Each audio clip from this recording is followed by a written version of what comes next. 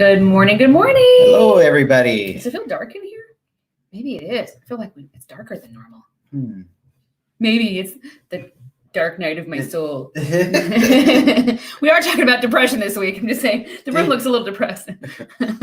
We mood lighted it. Mood lighting for our conversation on depression. This is day 3. We already got comments coming in. Good morning, Annie. Good morning, Annie. Awesome, beautiful souls. Good morning, Monica. Good morning, Monica. Thank you guys for joining us this morning. Our fans are here. Yay. Our 2 fans. We are excited for this week. This has been already good, but I think there's probably some really good stuff coming. And we're talking about, like I said, day 3, we're talking about depression and heart disease. And really, it's depression and anything. I mean, depression is something that really plagues the heart disease community, but it is really unaddressed, which is why we're here and why we want to do this. But I mean, I think that even though there's so much out there on mental health awareness and depression, I still think it's not addressed correctly. Well, the thing is it could be depression leading to, if you put your whole life into your career, into being maybe even a stay-at-home parent. Yeah. You put in half your life there. Or like I said, you're like used to being a workaholic. Hello. And you find yourself in the middle of your career one day and you're like, what is it that I'm doing? Where am I going? And you realize you're living in your life in a high stress level. You don't, you really don't have a solid connection. Good morning, Irene. Good morning. She's here bright and early. It is early where you are, huh? And that could lead to some deep depression. Yeah. Because you don't know what the future is in store for you, what it looks like. And you fall in this pit of hopelessness. And maybe you're not suffering from heart disease right now. But the thing is depression, stress, those are negative emotions can lead you down that road. Yeah, absolutely. So we're all about trying to prevent that, fight back against it. So that's why we felt that this is important. Look, guys, you're going to see us transition a little bit to not only fighting the disease, those people that have been diagnosed with heart disease, that have had a heart attack, heart stents, some sort of heart event, to prevention. Yeah. Also, including prevention, including those people that are at risk and people that want to take control of their lives before they start having significant health problems. Yeah, that's a great point. I want to say that too. One of the things that we're transitioning, it's not a huge transition, a big change, but you'll just see a shift here because we've really been talking about lately, are we talking too much about heart disease and not enough about heart health? Yes. It's like, okay, we are really good coaches for people who are dealing with very large and serious and major medical issues because we've been through a lot of them. And so we know how to live life with them and still be very successful and how to overcome and navigate through those things. Sure.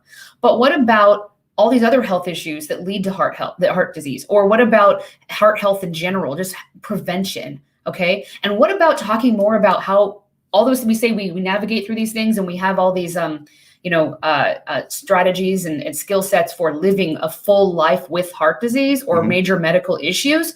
What does that life look like? What does it have in it? We talk a lot about the disease, but not enough about life. Yeah. And so I think that what we're really going to start doing is talking more about what's your life full of? And why the shift? Because we recognize that, we do that. We talk a lot about moving on with our life and living our life fully with heart disease. Good morning, Gaynor, or afternoon. Afternoon, Gaynor. Good morning or afternoon. Yeah, it's afternoon. Gosh, sorry. Anyway, I heard you say it and then I went the other way. Anyway, the thing is that we recognize that we aren't talking about moving on in life. We talk about it at like the grand scheme of things, but not really targeting what that looks like. What does life that feel like? Yeah, and that's not. I think everybody does that. That's something when we're focused on a certain medical issue or something like heart disease. it has that gravitas. I mean, it really has, does. like, it kind of forces you. It's like it requires you. It calls you to just focus on it instead of, everything's focused on it. And we talk so much around here about replacing the negative with something positive. What are you replacing your experience with heart disease with in life? What are you replacing those experiences with positively? What are we doing? Let's talk about travel. Let's talk about activities with our kids. Let's talk about getting outside. What do we, how do we eat out when we're traveling? How do we live our lives, not inside our homes? Please, COVID. And how do we live our lives with these major issues and these challenges, medically speaking, fully? What does that look like? How do we do that? What are those steps? So that's something that we want to make sure we're focusing a lot on. So you'll see more of that either just on these and actually a lot on our Heart of an Underdog show. And then also, our free group for sure. Yeah. So just so you guys know that, speaking of our free group, I want to move on to our housekeeping items this morning.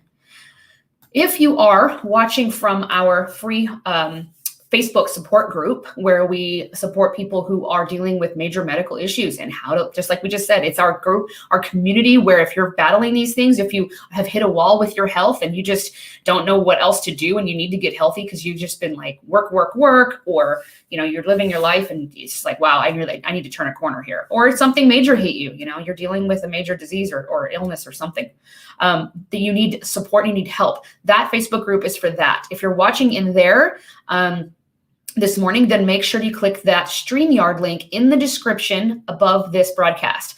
StreamYard is what we use to broadcast, and we want to be able to see and bring up your comments during the broadcast. So if you want to click that link, it will connect your name to this broadcast only, and that way we can see you. Yeah, we want to see your face, and your name, not blank Facebook user. Yeah, we don't.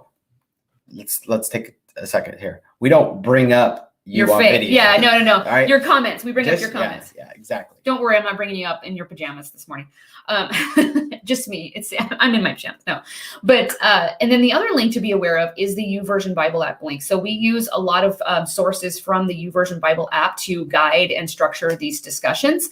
It is just our baseline, but it is something that you can go in and actually go through yourself. So if you want the link to the structured, source that we're using, the study source, then make sure to click that YouVersion Bible app link. It'll help you download the app if you haven't on mobile, or it'll just on desktop take you to the website so you can follow along. Yep. If you guys are new to our broadcast, if you haven't seen us before and you're popping in here for the first time, my name is Javie. This is my wife. I'm Jessica. And we are with the Underdog Ninja Foundation. Here we stand on three things. That is faith, character, and action. And for us, those aren't just some, keywords that we looked up that we thought were clever. We're not being clever. This is how we live. Mm-hmm. This is how we teach others to live. Right. We start here every Tuesday through Saturday morning, Pacific Coast time, 8:00 mm-hmm. normally, with that faith piece, mm-hmm. with that foundational piece. Why? Because we feel that is the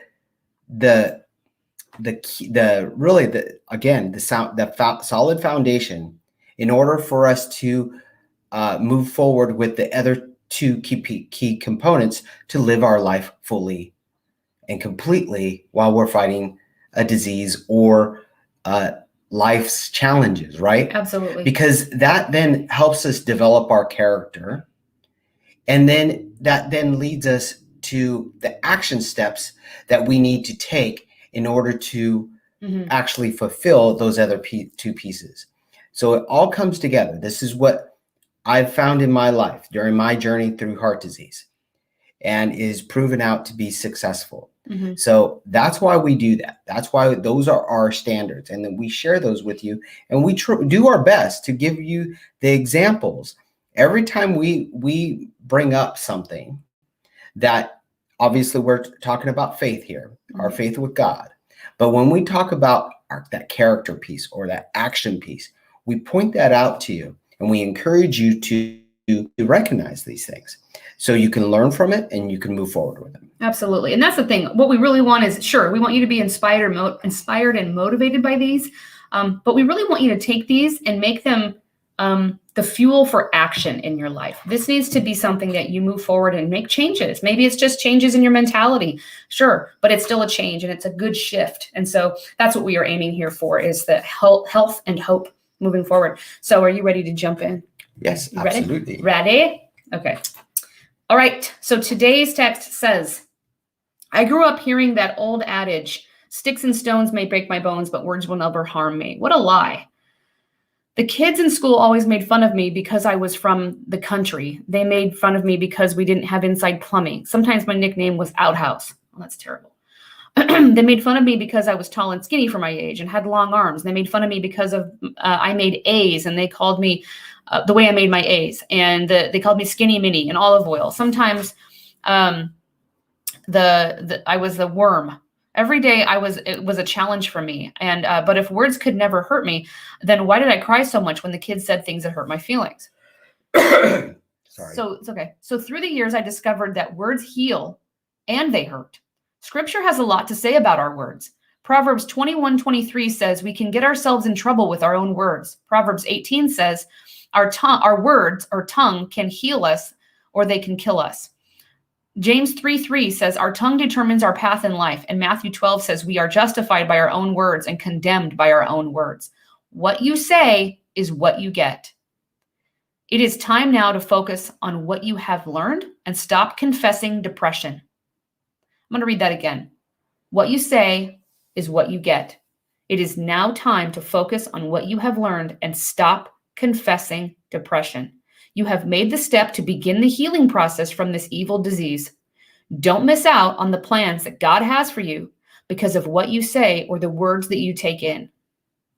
Follow through on your devotionals, starting over every time you finish a plan. This is the day that you will begin to be intentional about confessing your healing. Don't continue to confess the big problem. Today, begin confessing that your God is bigger.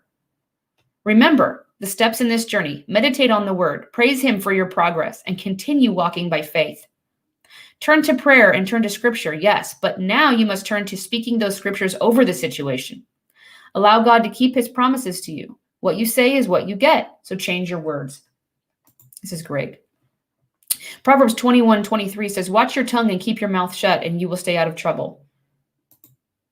Proverbs 18:21 says, the tongue can bring death or life. To those who love to talk will reap the consequences. Well, I can tell you that's true. James 3:15, for jealousy and selfishness are not God's kind of wisdom. Such things are earthly, unspiritual, and demonic. Psalms 119, 171 through 173 says, let praise flow from my lips, for you have taught me your decrees. Let my tongue sing about your word, for all your commands are right. Give me a helping hand, for I have chosen to follow your commandments. And Jeremiah 29:11 says, for I know the plans I have for you, says the Lord. They are plans for good and not for disaster, to give you a future and a hope. This is so good. Words are ridiculously important. Yes, powerful. Look. Yeah. When the doctor told me when I needed bypass surgery, okay, I had been seeing him for a number of years before that, and I already had a stent. And a few years before the bypass diagnosis, that he told me I needed bypass, I had a stent placed. And my doctor and I came up with a plan. I had medication, but I was going to stick to good nutrition and continue to exercise because I was already exercising. I already had that part of my routine, but he said, I want you to just continue doing that. You continue doing your part and you should be fine. Okay.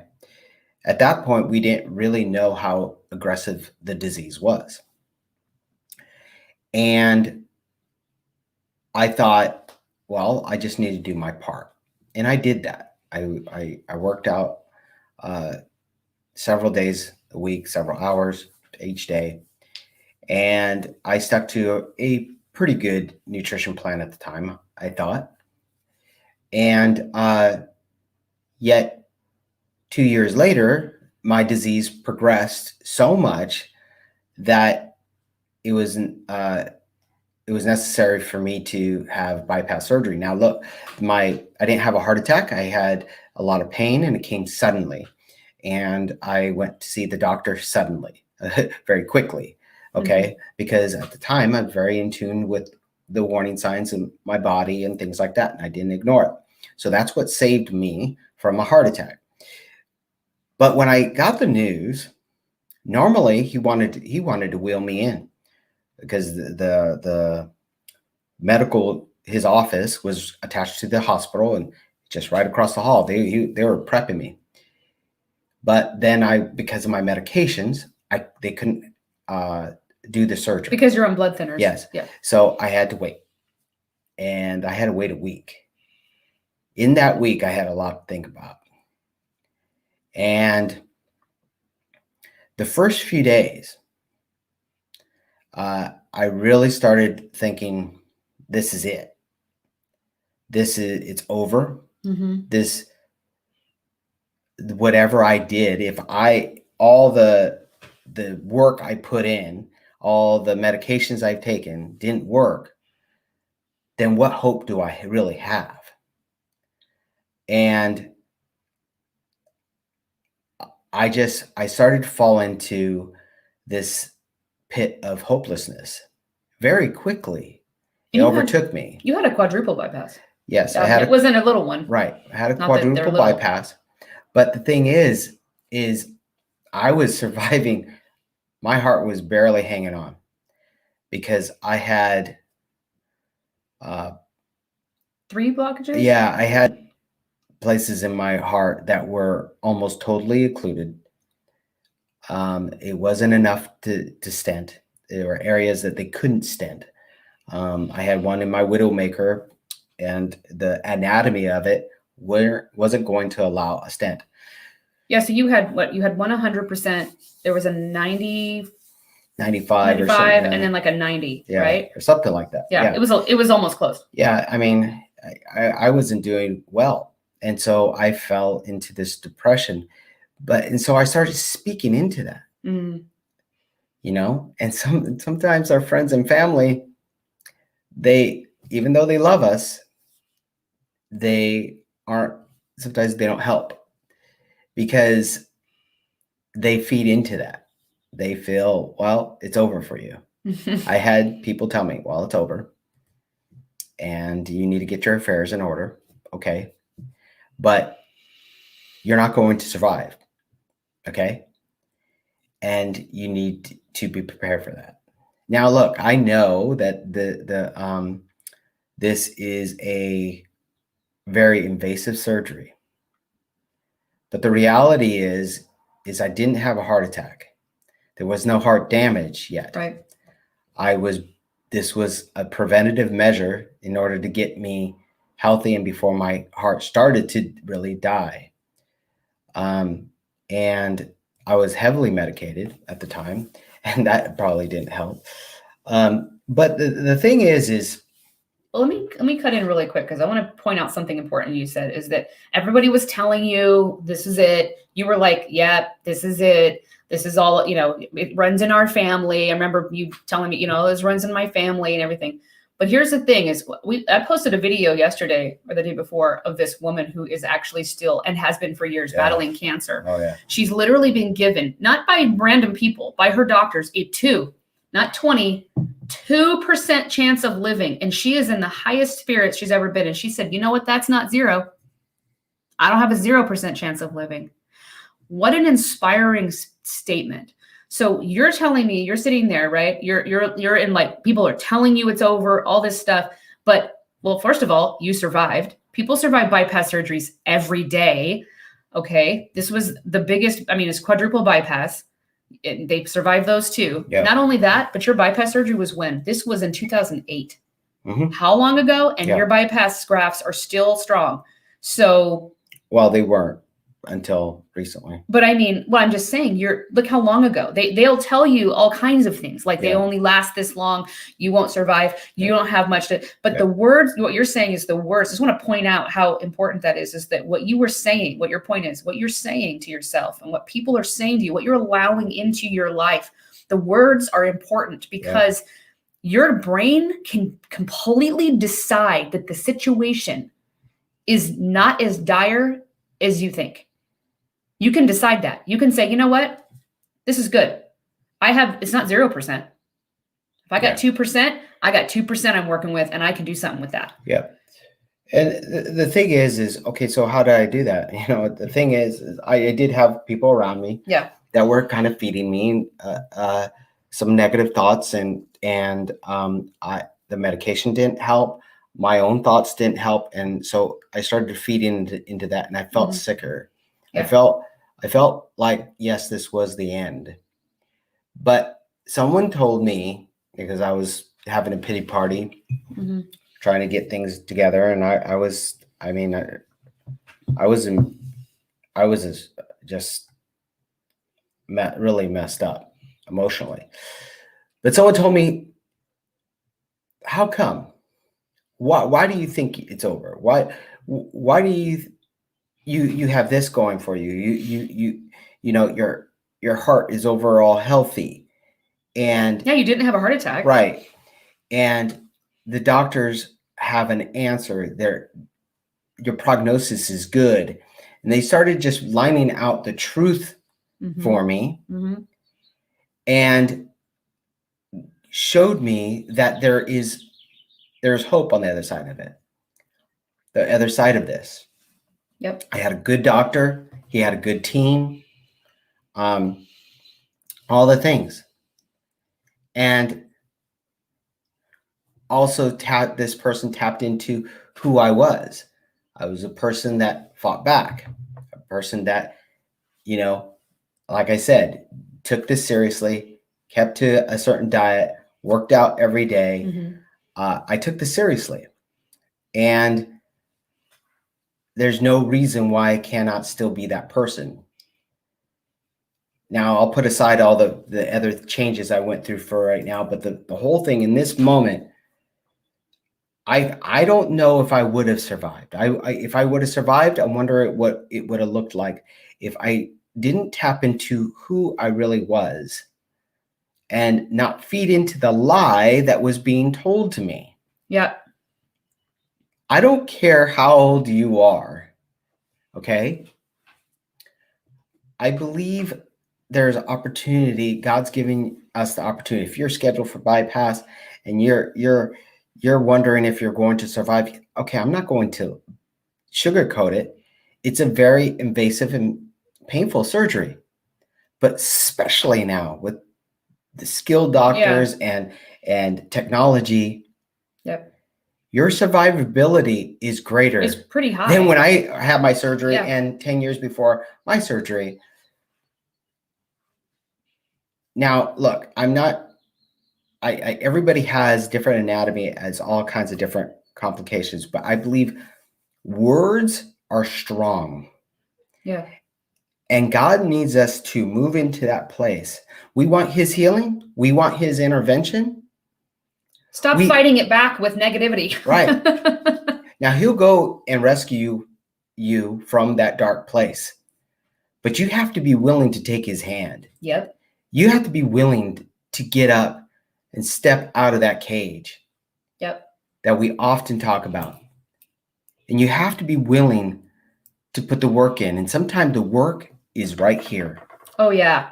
You know what? You say sometimes the work is right there. I think actually it's all 100% of the time. Yes. The work is here, because even when the work is nutrition, even when the work is fitness, even when the work is getting out of the house, whatever, getting out of bed, none of that happens without this. Yes. Obviously, science. I mean, you have to have your brain to do those things. But I mean, even like your mentality, where's your mind at? What kind of perspective and attitude do you have? What kind of outlook do you have on this? What's your perspective? And that is, that's paramount. I mean, that is the whole way that we are even functioning. I've seen people overcome cancer. I have a friend right now. She's currently dealing with this and has for multiple years now, has overcome one of the rarest of cancers. Okay. Strictly due to her faith and mentality. She's one of the strongest people I've ever met through God is strengthened. Okay. And her mentality and her willingness to say, what do I need from this? What am I getting from this? I don't want to waste my life during these moments and say, this is for nothing.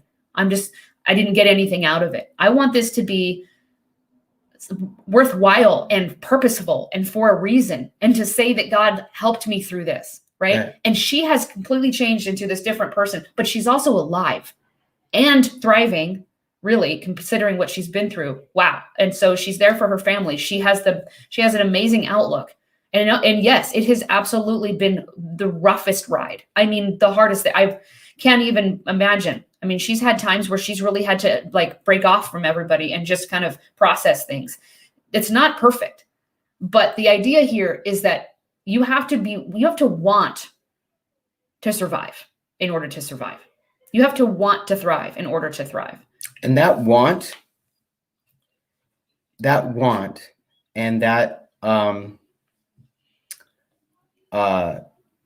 desire, yeah, is very powerful. Mm-hmm. And that is the step that you need to take. The enemy is going to tell you it's hopeless, mm-hmm. and feed you all those negative thoughts. But by taking God's hand, mm-hmm. you're stepping towards hope again, not hopelessness. You're stepping away from hopelessness. Right, you're stepping towards hope. You're stepping towards hope. And what that looks like is that desire to live. Your mm-hmm. desire to live could save you really in the most drastic of times. Well, how many times have you seen those movies when people, in a movie, even they focus on someone's desire to live. Why do people talk to people in comas? Their desire to live, it has to be strengthened. Well, you know look what? Look how powerful it is. We spoke to a gentleman, and we hope to get him on our show here soon. Mm-hmm. We spoke to a gentleman not too long ago, a few weeks ago, and he told us this is not bypass surgery. This is heart replacement. In fact, he's had somebody, is either him or somebody else in his family, has had 2 heart replacements. His sister, and they all have this. But the thing is that there was a moment where he was in a coma, mm-hmm. and he could hear everyone. Yeah, that's right. He said he could hear everything. But he couldn't move. He wasn't able to really acknowledge anybody. He couldn't talk or respond. It was weird. And the thing is when he fell into and gave into that hopelessness, mm-hmm. everything went quiet. Everything went dark. And I won't go into his story because it's a powerful story. Yeah, because we're going to hear his story. But the thing is, God showed him hope again. And once he acknowledged it, once he accepted it into his life, mm-hmm. he was able to come out of that coma. And he's now living his life. He's thriving. He's helping other people that fight his same disease. And he's doing God's work. Mm-hmm. So what I have to say to you is that God's not done with you yet.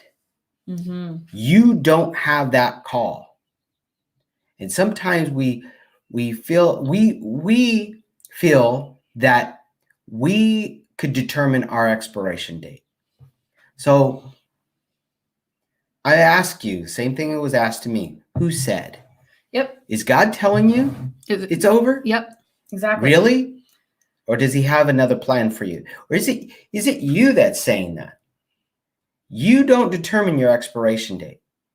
And if your expiration date has been extended, you've been blessed, extended past what you thought, then I would say that it's your duty to do something, mm-hmm. to do something about it, to act upon it. Don't stay there in hopelessness. You are breathing. You are alive. And these are things to tell yourself real quick. I'm going to bring this up. Hey, Jojo, what's up? Thanks for joining us. So these are things to be, we sit here and tell this stuff to you, but these are things you can be telling yourself. I am alive. Thank you, Jesus. Praise God for the progress that you made. That's what this talks about, is praising him for your progress. Your progress could be that you're alive. Your progress could be that you can walk further today, that you went through your surgery, that, successfully. Your progress could be that you've maintained some good habits. Your progress could be that you walked to the end of your driveway, that you were able to hang out with your grandkids or whatever. It could be any little thing, but saying those things out loud in gratitude, writing them in a journal. These are things to focus on. That look at this list of things I have to live for. Look at this purpose that I have in this life. I have purpose in these children's lives. I have purpose in my neighbors' lives. I have purpose for God, right? Sometimes we don't see that right away. Sometimes we have to just expect that we have purpose, because if we didn't have purpose, we wouldn't be here. If there's no reason for God to keep us here, then we wouldn't be here. So, because he has ultimate decision over this, right? So if you are here, then you're not done. And we have to stop running around acting like it's our job to find a purpose. We have a purpose because we're here. So our purpose, if we don't know exactly what God has called us to do, then it's anything. It's running after God. It's helping people. It's impacting lives. It's being a good example. It's being our healthiest selves. It's finding joy. It's spreading love. It's being the light. Hello, those are all purposes for everyone. And God will speak into those things through you and lead you in the direction that he specifically wants you to go. But those are all worth it. We talk all the time about how this world has so much darkness in it, and why isn't anyone making a difference and all this stuff. Meanwhile, we don't go make a difference. Why? Because we think that we're not big enough to. No one's big enough to. Nobody is big enough to. The idea here is that God is big enough to, and that he works through us. All we have to do is say, oh, I'm in, I'm on board. I'm game. Use me to do what you need to do, God. Just speak through me, do something through me. So when you're dealing with these things and the words that you're telling yourself, allow God to speak into this. Allow other people who are positive to speak into it. Ignore the people who are negative, okay? That's not real. It's a lie. The enemy wants to speak against this. Keep in mind, I've seen the most powerful people, the most powerful spirits and souls and the people that would just impact so many people. Those are the people that get lied to the most. They're the ones that are attacked the most, right? The enemy doesn't want your force for good. He doesn't want your light to shine. He doesn't want you to do what God's called you to do. He's going to try to attack you, okay? And so he's going to, and most of the time, to be honest, I know that we talk about how God doesn't strike you with cancer and things like that, and maybe it's the enemy or whatever. But most of the time, the enemy's striking you in the mind. Most of the time, he's trying to stop you from being the person God's called you to be, so that you won't do the things God's called you to do. He's in here most of the time. He's speaking lies. He's sitting there, right? Yapping his jaws at us, saying, hey, what about this? You can't do that, blah, blah, blah. And he speaks through other people at us that way.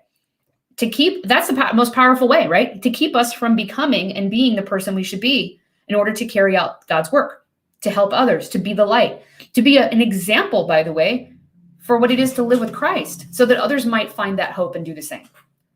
So he wants to keep us from those things. Depression is the number one most powerful tool he has against that progress towards what God has called us to do. Mm-hmm.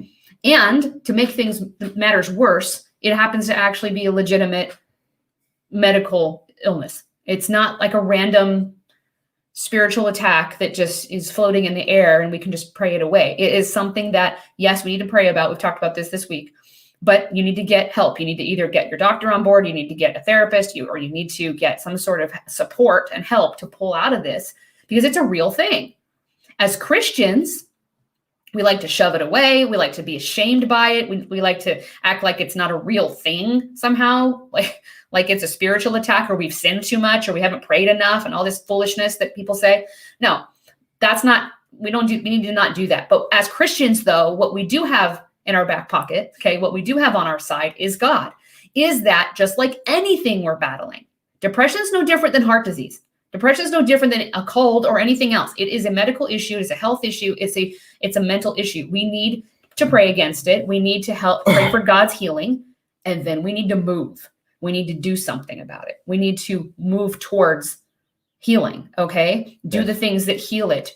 right? Take the medication if you need to, if it's an imbalance. Go to a therapist, talk to somebody, get a support group, whatever. Yeah, sometimes the chemical imbalance is overwhelming. Yeah. Right. So that's why, you need to seek other types of help. Okay. Because of trauma or perceived trauma. But I think our number one tool is our mind. Well, regardless, Yeah. it is always going to be the mind. But I mean, nobody can do it for you. Yes. It's you inside here. It starts in here. Yeah. But there are different levels, obviously, depression of this chemical imbalance. Sure. But it's up to you to recognize that. And the first step, you said it the other day, the first step towards healing is recognition. Recognition. Okay. Yes. Accept it. Can't push it away. If you push it away, you're only damaging yourself. If you just continue to pile on, you're only digging it deeper. It's only going to set in deeper. It's going to create a trench in that mind, in your thoughts, and it's going to be harder to extract. You talk about neural repatterning and things like that. Those connections become, with those negative thoughts, they become more solidified. Right. And in order to break that connection of those negative thoughts, become more difficult.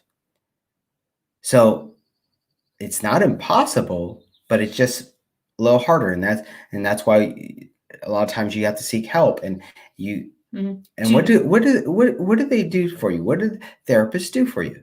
They help you address the problem, help you to replace those negative thoughts, those negative actions with good thoughts and good actions. They help you to stay away from triggers. Yeah. Replace those triggers with good things that sets us into a positive trajectory. Right. Right.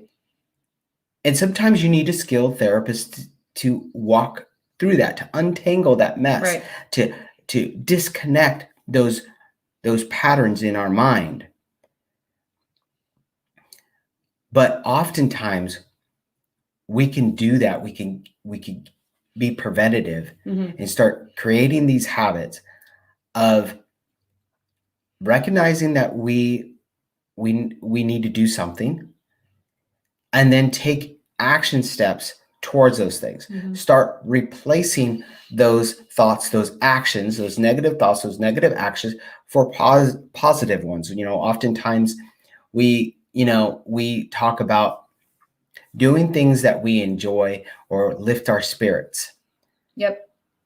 Okay. If there's a trigger for a negative thought, there's triggers for positive thoughts. And that's we talked about a lot of sensory things for that. Yes. So that's the other thing. So I want to talk about that really quick before we go on this, because we're talking about how words are powerful and important. When you were talking about neuropatterning. So to break this down really quickly, basically your brain has connections. Their neurons are the brain cells. They have connections, which are thought pathways. Okay. So when you're having thought processes, you say, oh, what's your thought process? Right. You have connections that are made in your brain. Literally, they're called synapses, and they connect. Okay. You can build those and break those. Your brain is growing and moving all the time. Okay. That's why it takes 21 days to build a habit or to break a habit, because that's how long it takes for your brain to build or break these connections. That's why 21 days. So 21 days, right? You're building or breaking these. And the way to do that is you can actually stop a negative thought process because you can't just avoid it, because then you're still focused on it. So your brain doesn't understand the difference. So you can't just avoid a negative thought. When the thought comes, you stop it. You intentionally go, no, that's not true. You stop it. You push it aside and you replace it with something immediately. You have to do this process. You replace it immediately with something. So if your negative thought is, I'm going to die in this surgery, or I'm going to not be able to successfully take on this new nutrition plan. Like, I can't do this, right? I can't do this. You just easily just do the opposite. Just say, nope, I can do this. Nope, I can do it. And you just constantly do this. You have to do it consistently. Even if you don't believe it, your body and your brain don't know the difference. Yes. You're telling your brain what's important. This is science, okay? Seriously. You have to repattern your brain. That's what neuro repatterning is. Neurons and you're repatterning. It's a big word for basically redesigning your brain. And did you know that you could do that? So I know that this seems like, well, just redesign your brain. But these are the things you can be doing alongside medication, alongside support, alongside therapy, right? Somebody supporting you and listening. Hey, Leandra, what's up? Yes, we have to reconceptualize the negative thought and emotions, not ignore it. Yes, you can't just ignore them. You ever try to avoid something negative? Yep. Oh my gosh, every time in my lifetime when I'm trying to repattern my brain from negative old traumatic thoughts, it was like it became a monster in the room and I was just like running from it. But when I shut it down, I faced it and went, nope, you don't belong here. You're done. And replaced it with a opposite and positive thought. It took a while. It actually took more than 21 days for me on some of this because it was from childhood, okay? But, it takes time. But some of them were really fast. And I was able to just quickly get my brain to stop doing that. You cut the pattern. It's a pattern interrupt. These are powerful tools that are simple if you just continue doing it.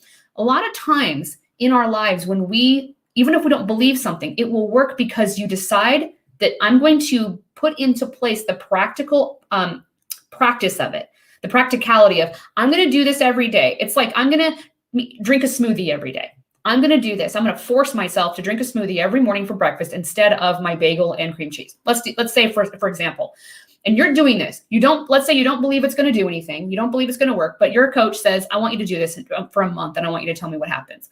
So maybe they don't lose all the weight. Maybe they don't do all this and that, right? But I bet you money. I don't bet money. But anyway, if I was a betting woman, it would be a safe bet that after 30 days, no matter what the physical manifestation or the results are of that, now it's a habit. Try going back to doing something else for breakfast. You can't. You're like, I drink smoothies for breakfast. That's what I do. Because you've trained your mind that this is what we do. This is what we do. Think about it. Anything that you do for a certain period of time. Take masks, for example. Now people are all up in arms about taking masks off because they're like, we're used to it. We don't understand how it looks normal. It looks normal for people to have masks on. They're on, if normal. I remember at the beginning when we started putting on masks. It was so weird. It was so weird. And then all of a sudden. It wasn't weird anymore. I didn't see masks on people. Yeah.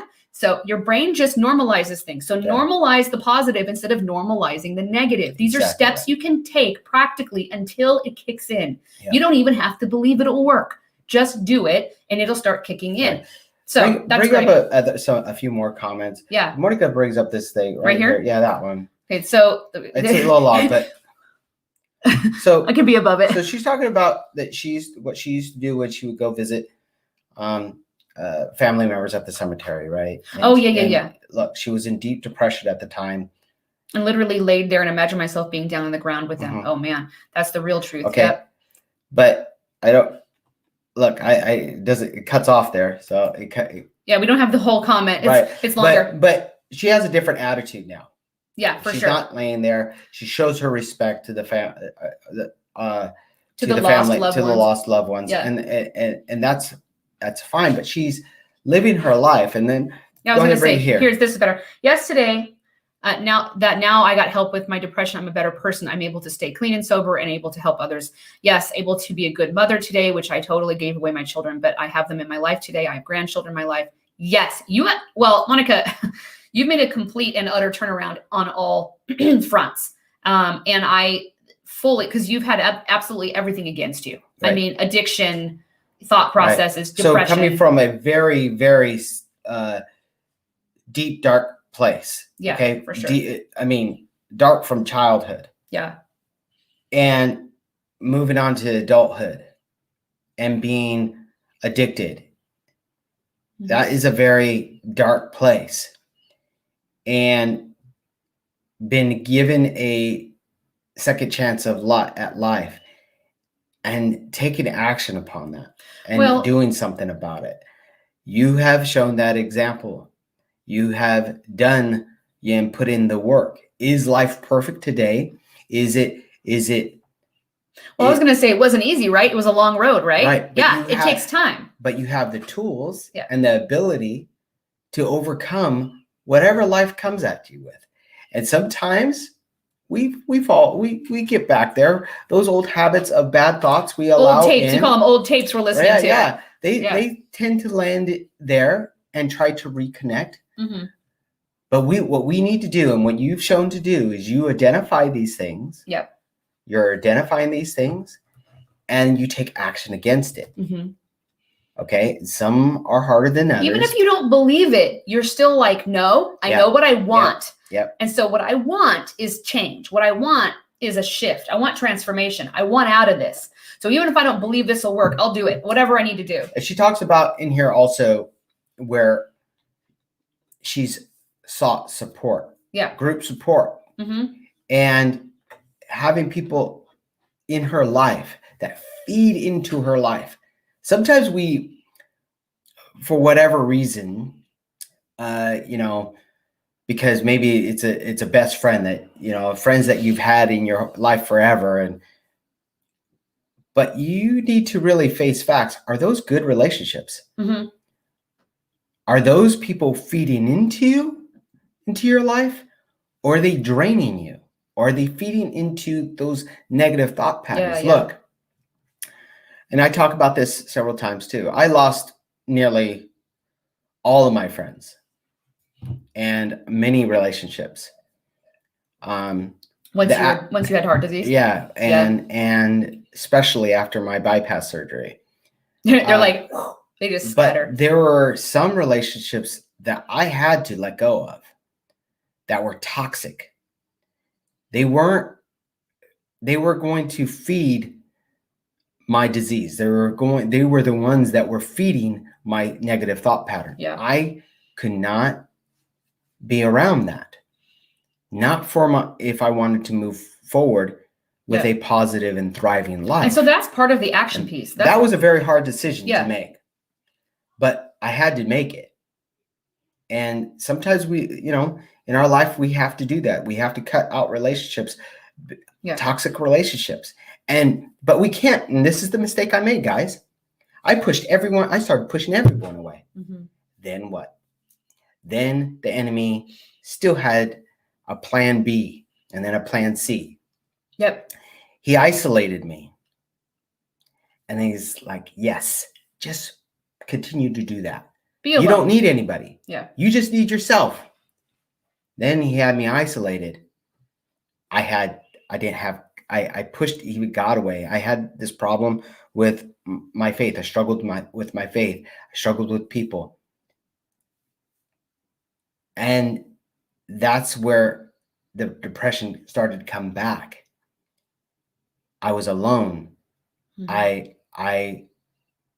I'm thinking, is this what my life's going to be like? And, I tried to be tough about it and, say to myself, well, if that's what, how I need to live my life, then that's how it's going to be. But I wasn't a good person. I wasn't a positive person. That was feeding back into my disease.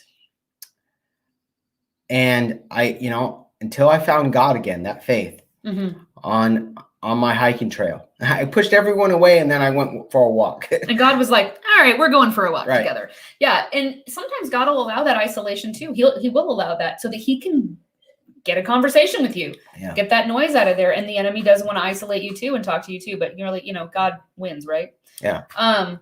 It's because I wasn't around yet. Well, that's true. Well, the thing is God had another plan. Absolutely. But I was willing to accept his hand. Yeah. I was willing to accept it. Yeah, accept God's hand, even if it doesn't look like you think it's going to look, because a lot of times that's the truth. Escaping from depression is probably not going to look like you think. It'll probably be longer and harder. It'll probably be not exactly through the people you thought it would be through. It probably won't be through the means you think. It might feel and look differently than you expect. And the way God deals with you might be different than you think. All of that could be true, but still go after it. Still accept God's hand. Understand that his plan is ultimately going to be better than ours because he has the 100,000-foot view. Okay. Yeah. He knows the whole situation. The thing is people are inconsistent. People are broken. Yeah. We live in a sinful world. People change. So there's relationships to those people that are in our lives. Okay. Good people that love us. Okay. They're just human. Right. But so why not, if you're looking for a way out, a way to move past depression, Why not trust the one that is consistent, that never changes, Right. that is always there, even in the darkest places. Especially in the darkest places. Yeah, he will be there for you. Exactly. I wanted to touch back on what I said earlier, just as some quick tips before we go. The sensory stuff I was talking about earlier, I kind of dove into the neuro repatterning, but I also just easy stuff. Like, you know, when you're looking for practical, I'm all about like, okay, so this is all great, guys. You know, this all sounds good, but what do I practically go do then? What is my plan? What do I go do? We'll start doing some of the neuro repatterning, start replacing your thoughts and things with like physically just saying them out loud with positive replacements. Sure, that's one thing. Another thing you can do is figure out for yourself, it's different for everyone, what sensory triggers, he said there can be positive triggers too, right? What sensory triggers you have for positive mental and physical experiences. So I love a good massage. I love a hot bath, something you smell, something you taste, something. Don't feed your depression with donuts. Please don't do that. That will just lead to more depression. but you know what I mean? Like just your senses, something that lights you up, a good song, a funny movie, like what, you know, something you see or touch. You know, a lot of times, you know, like you have kids, right? They got to have their fluffy animal. It's so soothing. Sometimes we want like something with texture, something that's soft, something that's warm. Maybe you need to be wrapped with it. Like my daughter has sensory processing, right? So she needs to have that wrapping of a blanket sometimes. And that's really soothing for her, right? It takes her like stress down. You know, there's these are things to do too. Make sure though, when you're dealing with the sensory stuff, that you're doing something that triggers you into movement, into positive thought, into good feelings, into hope. So not feeding yourself junk food, not wrapping up in a blanket on the couch and not moving or staying in bed. I don't mean that. I mean something that gets you refreshed, something that, you know, take a hot shower, go swimming. You know, water is really healing no matter what. Like go to the ocean, something that lights you up, something that gives you laughter, something that soothes your, you know, like I said, a good massage. Something that I noticed yesterday, for example, just yesterday, her and I really been working hard, and we just been sticking to our daily routines, working. We've been behind the screen doing a lot of our work, taking care of the kids. We've been sick. Yeah, well, the whole house got sick. Yeah. And so being sick, we weren't going anywhere because we didn't want to give this junk to anybody else. And so we were stuck in these four walls. So I'm starting to feel better. And yesterday, matter of fact, I had a follow-up doctor's appointment. So I went to my doctor's appointment.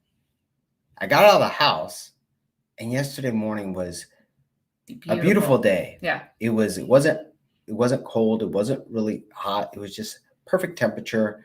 Birds were singing. Sun was out. The sun was out. And then I just started, this energy started to build up in me that I hadn't had in weeks.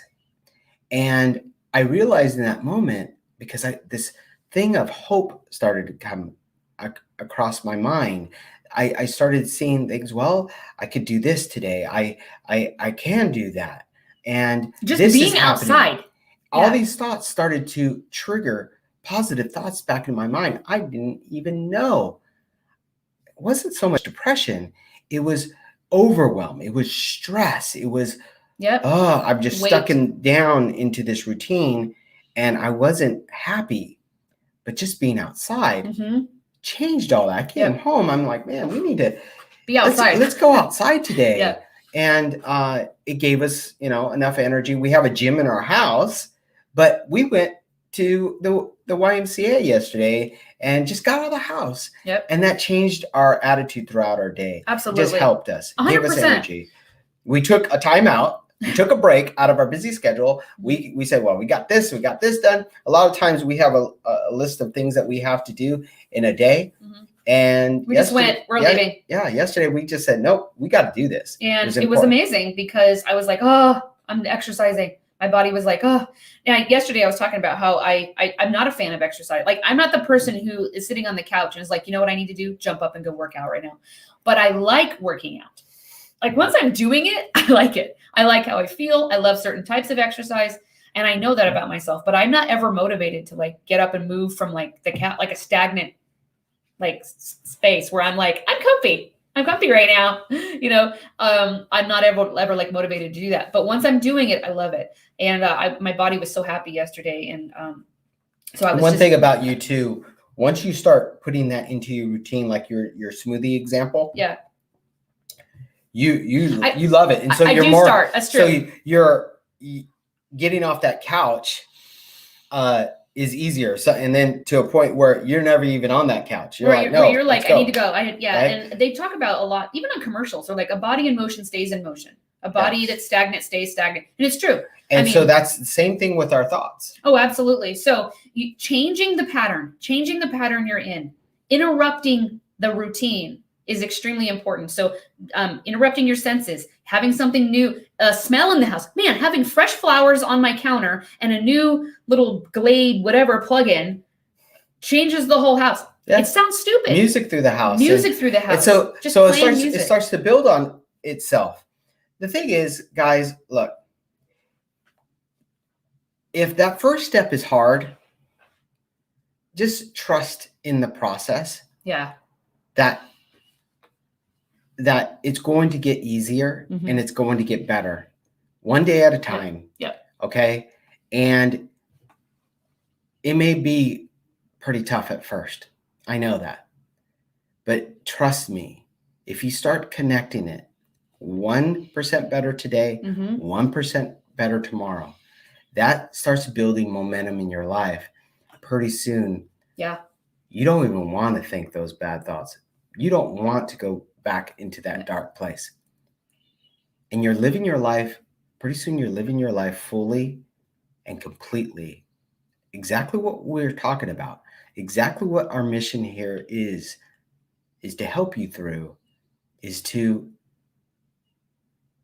live your life fully and completely, despite what you're going through. If you're fighting heart disease today, if you're fighting a major battle, if you are struggling in depression today, you need to take that first step towards hope. Stop just living in hopelessness. And it just takes 1%. Yeah, that's all it is. Don't worry about the whole thing. Yeah. Just know that you're not alone. Yeah. Okay. You're not the only one that's ever dealt with this. It's extremely common. Okay. People have overcome this over and over and over. It's completely overcomeable. There is hope, but it doesn't mean it's in the next 5 minutes. This may not happen overnight. Probably not. But it will happen. You just need to keep going towards that, going towards the light and doing the practical things until they become something you believe in. Yeah. Remember, you don't have to believe it or even feel it to start taking the steps. Exactly. Just walking. When people have to relearn how to walk, which is what you're doing when you come out of depression, you got to relearn how to walk. And when people do that after an injury, which is also what depression is, you have to retrain your body on how to function correctly. So that takes function and practicality and putting one foot in front of the other, literally, right? It doesn't take belief at first. Okay. It doesn't matter if you believe it. You need to just do it and it just keep moving. Right. But recognizing that you have this issue and that you actually want out, that's the hardest part. Absolutely. Is turning it around and saying, you know what? I don't want to be here. Then taking the practical steps can be done. Okay. So that's what we encourage you to do today. This has been an absolute amazing week. This is such a great subject. Has. So, hey guys, I hope you got something out of today. Today's, I think, really been good. Yeah. And if you have, please hit like, share this with your friends and family. If you know someone, and I'm sure you do, that is struggling today, share this with them. Absolutely. Tell them to just take a moment to listen. With an open mind, an open heart, you just take a listen to what God is saying. Remember, what you say is what you get, which is the theme of today. Yeah. And that is absolutely true. What you say and what you allow people to say, what you allow in is also what you get. So just remember that you have control over what you say, what you think. And even though we don't feel that way sometimes, It's powerful. Absolutely. All right. So if you're watching from our YouTube channel, I also want to remind you to subscribe. Make sure you hit that subscribe button. It absolutely helps this mission get out there to more people. We can't do this alone, just the two of us. This has to be the community putting the effort forward to make sure that those people that desperately need help and to be encouraged and get hope in this process of dealing with heart disease. Lord knows that we need everybody to chime in. And so please subscribe on our YouTube channel and make sure you like and comment there. We absolutely love your support. Thank you so much. All right, guys, have a great day, and we will see you later. God bless. Bye.